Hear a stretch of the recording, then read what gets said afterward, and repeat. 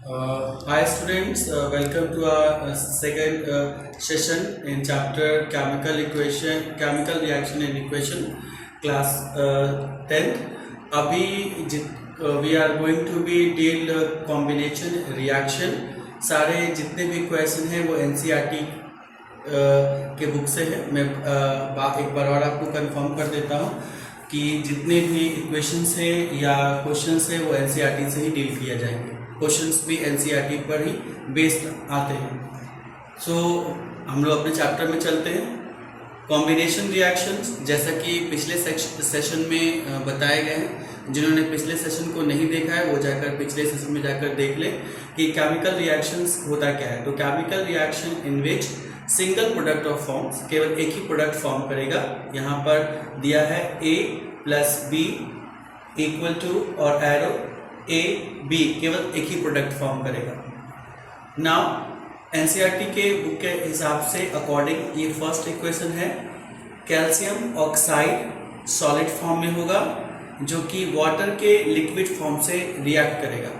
Reaction करने के बाद ये कैल्शियम हाइड्रोक्साइड बनाएगा जो एक्वस सॉल्यूशन होगा और प्लस हीट रिलीज करेगा, क्योंकि केमिकल चेंज के अकॉर्डिंग इसमें चेंज इन स्टेट देखा जाएगा और चेंज इन टेम्परेचर। कैसे? फॉर एग्जांपल ये सॉलिड फॉर्म में है और ये लिक्विड फॉर्म में है और यहाँ एक्वस सॉल्यूशन फॉर्म आता है, यानी कि इन दोनों का फॉर्म चेंज हो जाता है। चेंज इन टेम्परेचर, जब आप कैल्शियम ऑक्साइड को पानी में डालेंगे तो उसके साथ हीट जनरेट करेगा। ये एक एक्सोथर्मिक केमिकल रिएक्शन का भी एग्जाम्पल है। साथ ही आप जब NCERT के चैप्टर में जाएंगे फर्स्ट में, तो डू यू नो में आप कॉम्बिनेशन रिएक्शन का एक डू यू नो बॉक्स बना होगा। उसमें आपको calcium hydroxide plus carbon dioxide जब रिएक्ट करेगा तो कैल्शियम कार्बोनेट बनेगा और ये क्या है, वाटर फॉर्म होगा। एक्चुअली ये होता कैसे है, जैसे जब आप कैल्शियम ऑक्साइड सॉलिड फॉर्म में होता है, जब आप इसको पानी मिलाते हैं, मिलाने के बाद ये एक्वस सॉल्यूशन यानी कि एक पानी का फॉर्म ले लेगा और पानी के फॉर्म पे लेने के बाद इसका इस्तेमाल हम लोग वाइट वॉशिंग यानी कि दीवार को पोतने या दीवार को रंगने के लिए करते हैं, और कैल्शियम ऑक्साइड का इस्तेमाल दीवार के यानी कि वाइट वॉशिंग के लिए करते हैं। जब हम लोग कैल्शियम ऑक्साइड को दीवारों के ऊपर चढ़ाते हैं तो एटमॉस्फेयर में मौजूद कार्बन डाइऑक्साइड के साथ वो रिएक्ट करता है और रिएक्ट करने के बाद वो कैल्शियम कार्बोनेट बन जाता है। और हाइड्रोक्साइड यानी कि वाटर क्या होता है, हवा में वाटर वेपर बनकर वो उड़ जाता है और धीरे धीरे या आपको दीवार के कलर को वाइट कर देते हैं। यानी कि कैल्शियम हाइड्रोक्साइड का इस्तेमाल हम लोग वाइट वॉशिंग के करते हैं और जब उसको दीवार पे चढ़ाते हैं तो कैल्शियम कार्बोनेट बन जाता है और उसमें मौजूद पानी है यानी जो हाइड्रोक्साइड है वो हवा में वाटर वेपर बनकर उड़ जाता है। नेक्स्ट आपका केमिकल इक्वेशन दिया हुआ है कॉम्बिनेशन रिएक्शन पर, बर्निंग ऑफ कोल है।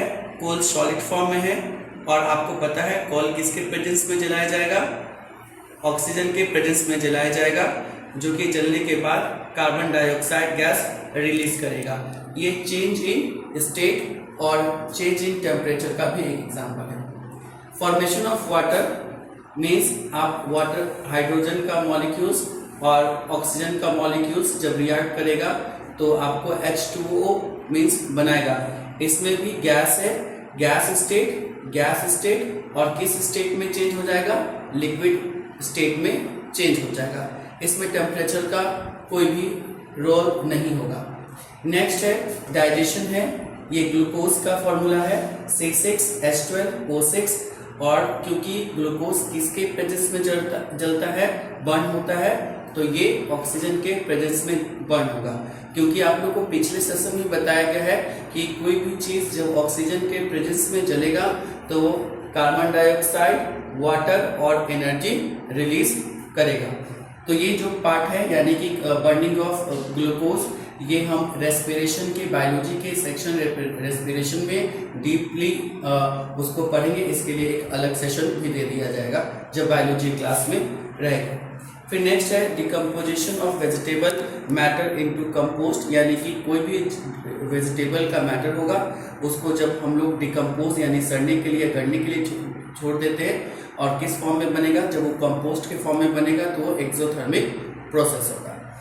दैट्स मीन्स कि कॉम्बिनेशन रिएक्शन में दो बात ध्यान रखने की बात है। पहला कि ये सिंगल प्रोडक्ट फॉर्म करेगा, और दूसरा कि exothermic process generally combination reaction में ही इंक्लूड होगा। आपको 2 टाइप या 3 टाइप के क्वेश्चंस दिए जा सकते हैं। पहला कि ऐसा आपको A+B करके रिएक्शन करके बताया जाएगा कि इसमें से कौन सा कॉम्बिनेशन रिएक्शन होगा, कौन डिस्प्लेसमेंट रिएक्शन होगा। याद रखिएगा कि 1, 2, 3, 4 ये 4 और एक 5 जो है आपको रिएक्शंस दिए गए हैं कॉम्बिनेशन रिएक्शन में। इसी 4-5 रिएक्शंस में आपके क्वेश्चन रहते हैं और क्वेश्चन होते नहीं। आप लोग कंफ्यूज क्यों होते हैं? कंफ्यूज होने का सिंपल सा वजह है कि आपको जितने भी रिएक्शन है वो क्लियर नहीं है। पहला जो है वो आपको स्लैकलाइन या कैल्शियम ऑक्साइड, और दूसरा जो है वो बर्निंग ऑफ कोल है, फिर हाइड्रोजन और ऑक्सीजन है, और ग्लूकोज बर्निंग है। बस यही 5 पे आपको फोकस रखना है, आपको ज़्यादा से ज़्यादा कॉन्सेप्ट को क्लियर करना है। नेक्स्ट, अगर किसी को कॉम्बिनेशन रिएक्शन में एनसीईआरटी बुक से कोई भी डाउट है तो मेरे दिए गए नंबर पर आप मैसेज या कॉल कर सकते हो।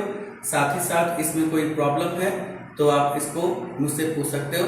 नेक्स्ट सेशन के लिए हम लोग डिकम्पोजिशन रिएक्शन पढ़ेंगे, और डिकम्पोजिशन रिएक्शन जो पढ़े उसके लिए आप लोग है ना वीडियो को सब्सक्राइब और लाइक कर दीजिए।